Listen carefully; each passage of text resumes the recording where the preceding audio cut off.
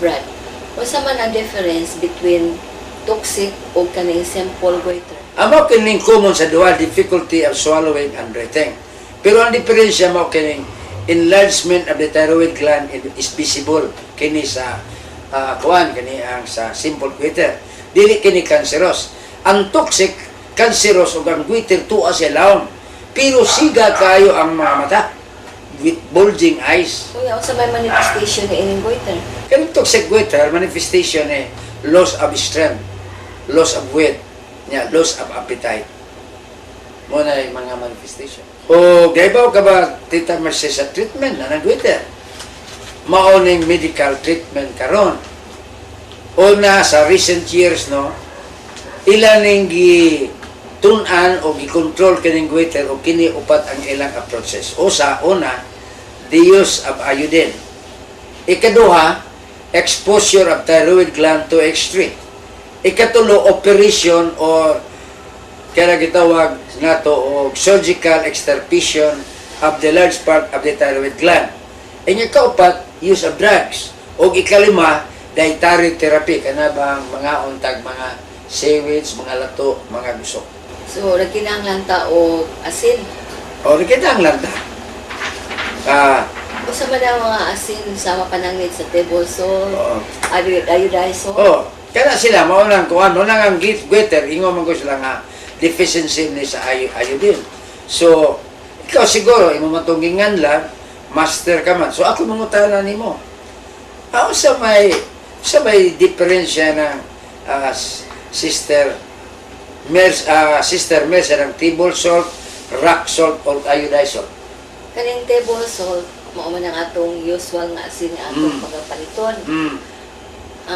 Kaning giingon nato nga iodized salt, 45 naman ang addition of some other nutrients. Sa ito pa ka nga iodized salt, 45 na, nga doon na nag-i-add. Doon na nag-iron, uban pa. So, ikaw, Sister Mercy, familiar ka ba na natong gitawag nga asinlo during the incumbency of Ramos? Kanang asinlo, murag akong nadunggan nga kung dili mo gamit, resort. Kay, naay fines. Fine. Kay gusto mo guni nato pa ng Ramos nga ang Pilipinas mag-goiterless society. Gawa na yung Pilipino nga doon ay goiter, busa ipas nilang asinlo. Pero ako napatayan, Brad, nga bisan ka ng mga tao nga nagpuyo dapin sa dagat, nga bunda kayo mga seafoods, na mag-abot goiter. Mabito lang di ko mutuo nga masulbad ang goiter nilang asinlo. Kaya ka nang yung observation, correct yun. Mutuo ka ba nga kaning asinlo makaayo sa atong goiter? O kanang mga tao nga... Di lagi ko mutuo niya. Ano man? Kay, tungulan ng mga tao sa dapre sa dagat. Una, doon na sila natural rock salt. Ikaduha, the sewage ug salty fish. Ikatulo, kanang mga tao sa baybayon, they consume more salt than those in the rural areas. Kung nga naman, nga daghamang goiteron gihapon, nagpuyo sa dapre sa dagat.